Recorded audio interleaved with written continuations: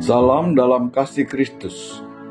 Selamat berjumpa kembali dengan Sapaan Gembala berperenungan firman Tuhan yang memandu kehidupan kita. Sapaan Gembala hari ini bertema keputusanku hanya mengetahui Dia yang disalibkan. Didasarkan pada surat 1 Korintus pasal 2 ayat kedua. Sebab aku telah memutuskan untuk tidak mengetahui apa-apa di antara kamu selain Yesus Kristus, yaitu Dia yang disalibkan. Kalimat ini diucapkan oleh Rasul Paulus kepada jemaat di Korintus tatkala ia menceritakan bagaimana saat pertama kalinya datang untuk memberitakan Injil di Korintus.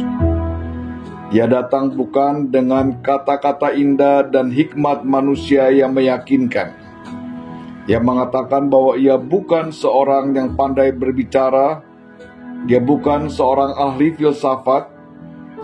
Dia juga mengatakan bahwa ia datang dalam kelemahan dan perasaan takut serta gentar, tetapi semuanya dilakukan dengan bersandar pada kekuatan Roh Allah.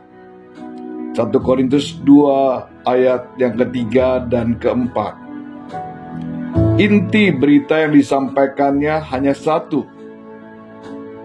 dan ini menjadi pusat pemberitaannya sejak dia mengalami perjumpaan dengan Tuhan dan diutus sebagai pemberita Injil, yaitu salib.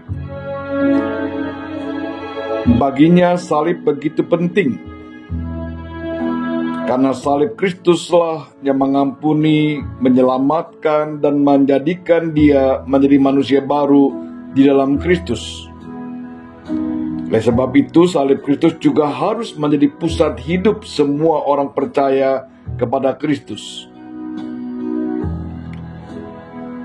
Di dalam suratnya, Paulus menyinggung masalah yang terjadi di jemaat Korintus, yakni adanya perpecahan yang di dalam jemaat.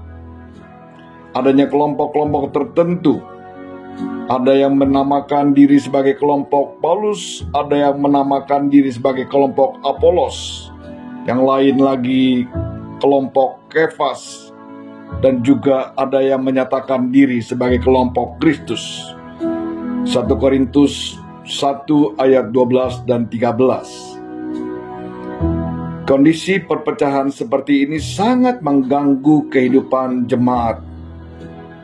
Inti permasalahannya adalah karena mereka tidak memahami dengan benar tentang makna salib Kristus. Karena sesungguhnya kematian Kristus di atas kayu salib adalah kematian yang mempersatukan Allah dengan manusia, dan juga mempersatukan atau mendamaikan antar manusia, bahkan memberikan kehidupan baru yang penuh dengan damai sejahtera. Itulah sebabnya dia mengatakan, sebab aku telah memutuskan untuk tidak mengetahui apa-apa di antara kamu selain Yesus Kristus, yaitu Dia yang disalibkan. Paulus ingin menyampaikan bahwa salib adalah titik pusat yang penting dalam semua pengajaran, khotbah-khotbahnya, pelayanan misinya. Bagi Paulus, salib juga harus menjadi pusat kehidupan orang percaya, karena melalui saliblah kita mengalami kasih pengampunan dari Allah di dalam Yesus Kristus. Melalui salib kita diingatkan lagi akan kasih anugerah Allah yang begitu besar kepada kita, dan juga mengingatkan siapa kita yang sesungguhnya. Yang menjadi permasalahan hari ini, apakah kita menjadikan salib benar-benar sebagai pusat kehidupan kita, atau hanya menjadikan itu sebagai lambang saja. Salib, melaluinya kita diselamatkan. Kita mengalami perdamaian dengan Allah dan sesama. Kita memiliki hidup baru yang ditandai dengan syukur dan kehidupan yang indah. Kiranya Tuhan menolong kita. Mari kita berdoa.